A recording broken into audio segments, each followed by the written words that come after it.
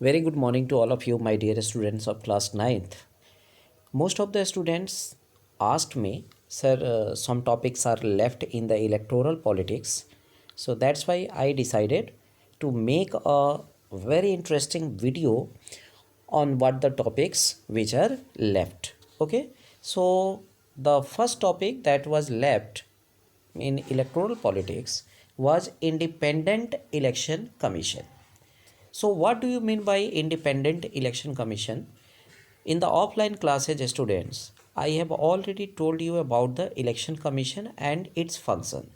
But again, we have to read some more points related to Election Commission.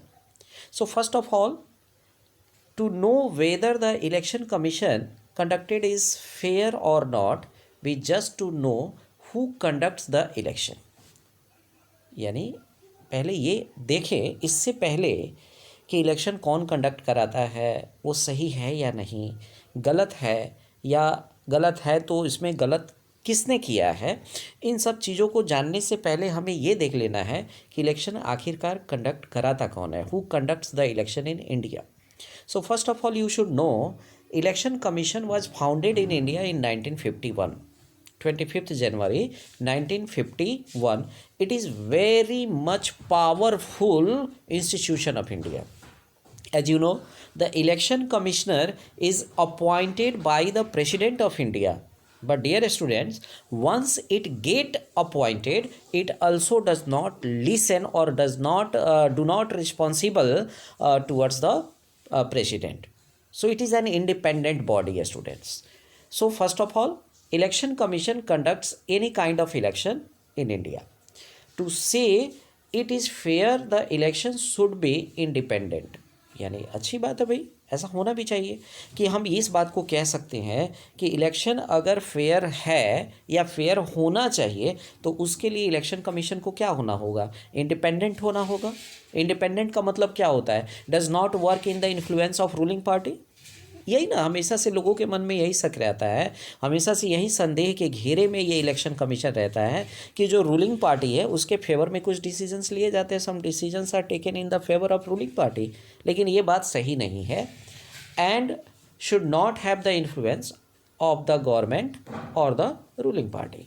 यानी independent जो election commission है students, उस पर न तो गवर्नमेंट का और न ही किसी रूलिंग पार्टी जो गवर्नमेंट के फॉर्म में है उसका कोई प्रभाव नहीं होना चाहिए. It must work independently in the favour of country.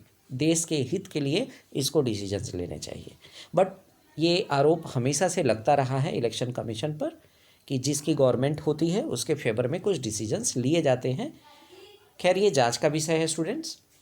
So in our country elections are conducted by an independent and very powerful election commission. तो हमारे देश में जितने भी इलेक्शंस होते हैं उन इलेक्शंस को कराने के लिए, कंडक्ट कराने के लिए हमारे यहाँ एक इंडिपेंडेंट और दुनिया की सबसे पावरफुल इलेक्शन कमीशन है students. Okay,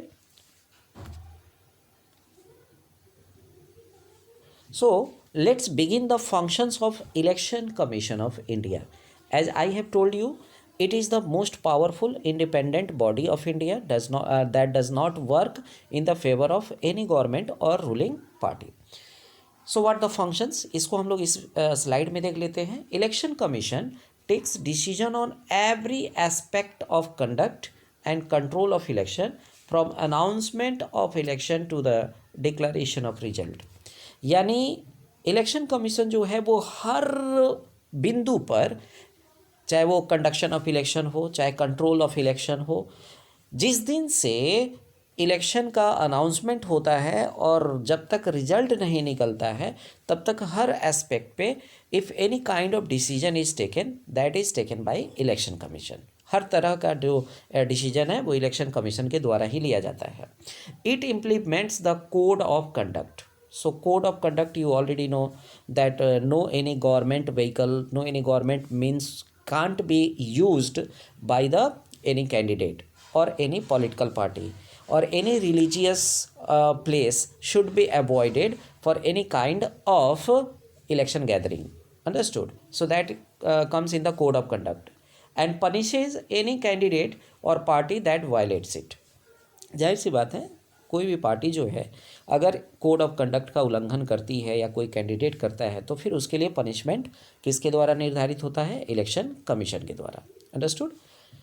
so it can also order the government to follow some guidelines, यानी ये गवर्नमेंट के लिए है ना कुछ गाइडलाइंस को भी क्या कर सकती है, मतलब निर्देश दे सकती है कि किस तरह से गवर्नमेंट को फॉलो करना है।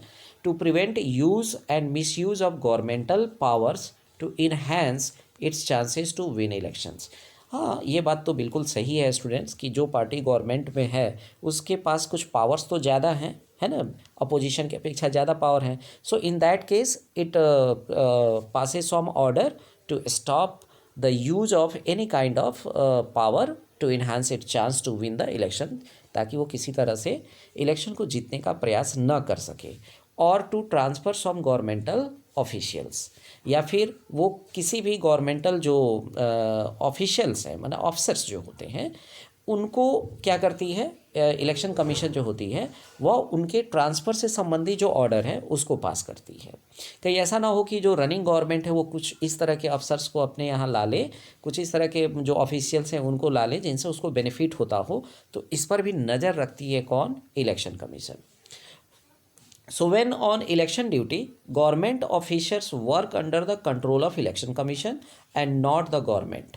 याद रखोगे स्टूडेंट्स कि इलेक्शन ड्यूटी पर जो गवर्नमेंट ऑफिसर्स होते हैं ना, वो इलेक्शन कमीशन के आदेश के अनुसार काम करते हैं, न कि गवर्नमेंट के आदेश पे चलते हैं। याद रखोगे। So the officers or the officials do not work on the order of government, but they work under the control of election commission. It is the major thing. And to give an advice, the president have some issues. Yes, so advice देने के लिए